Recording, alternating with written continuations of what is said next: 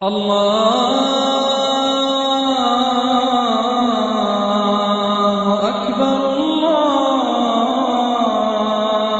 আকবার, আল্লাহু আকবার, আল্লাহু আকবার। শেষ প্রশ্ন, এই শব্দটার অর্থ আসলে কি? আলিফ, লাম, মিম।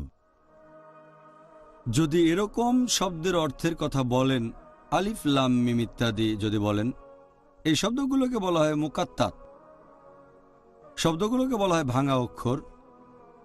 আর কোরআনের বেশ কিছু সূরা এরকম শব্দ আছে, কখনো কখনো অক্ষর থাকে মাত্র একটা, যেমন সোয়াদ, এটা সূরা সাদ অধ্যায় 38।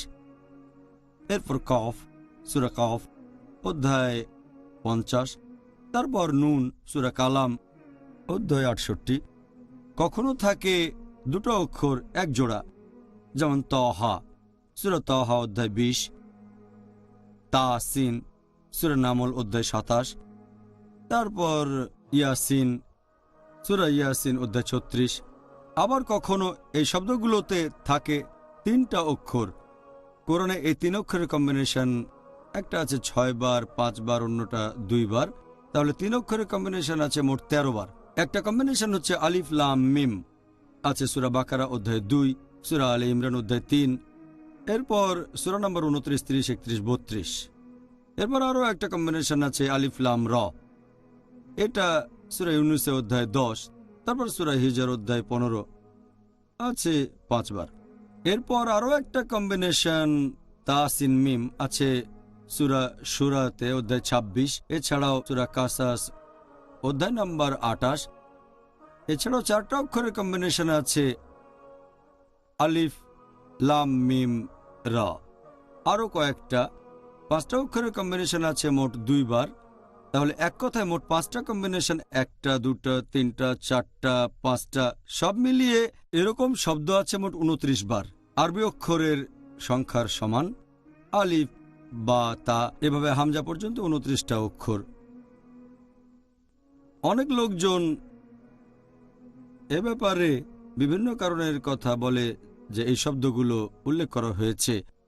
এসব কারণ নিয়ে এ পর্যন্ত অনেকগুলো বই লেখা হয়েছে, অনেক বই। অনেকে বলে এগুলো আল্লাহ সুবহানাহু ওয়া তাআলার প্রতীক, অনেকে বলেন সংক্ষেপে লেখা, যেমন নুন হলো নূর, তার মানে আলো। কেউ বলেন এগুলো আল্লাহ সুবহানাহু ওয়া তাআলার স্বাক্ষর, কেউ বলেন এটা ছন্দ মেলানোর জন্য, কেউ বলেন এগুলো সংখ্যাগত মান আছে, কেউ বলেন এগুলো মনোযোগ আকর্ষণের জন্য, নবীর মনোযোগ আকর্ষণের জন্য, আর নবী অন্যদের মনোযোগ কেড়েছেন, এরকম অনেক কারণ।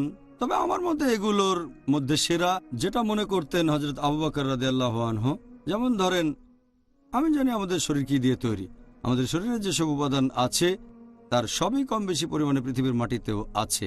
আমি জানি মানুষের শরীরে কি কি উপাদান আছে, সেগুলো বাজারে কিনতে পারবেন, বাজার থেকে কিনে আনবেন, সেখানে পানি দেবেন, কিন্তু জীবন দিতে পারবেন না, এটা সিক্রেট।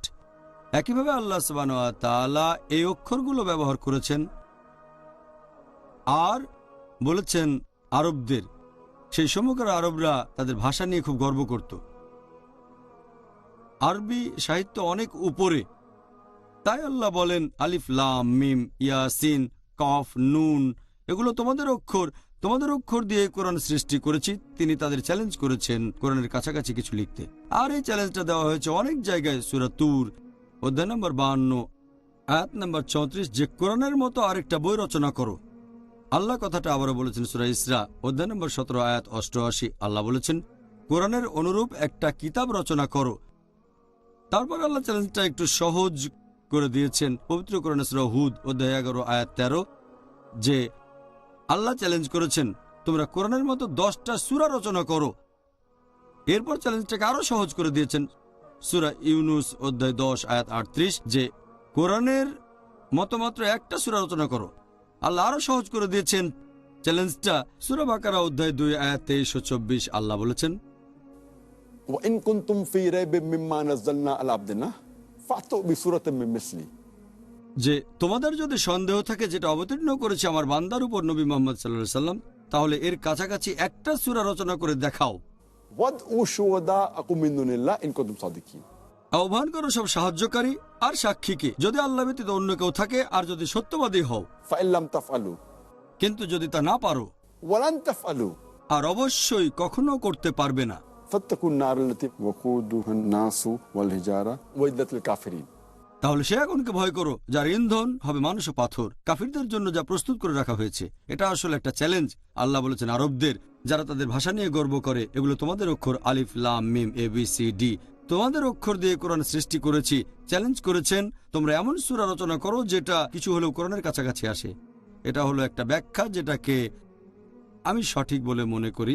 আল্লাহ আমাদেরকে চ্যালেঞ্জ করেছেন, আর সেই কারণে যখন এই অক্ষরগুলো পবিত্র কোরআনে উল্লেখ করা হয়েছে, ঠিক তার পরপরই পবিত্র কোরআনের কিছু বৈশিষ্ট্যের কথা সেখানে উল্লেখ করা হয়েছে।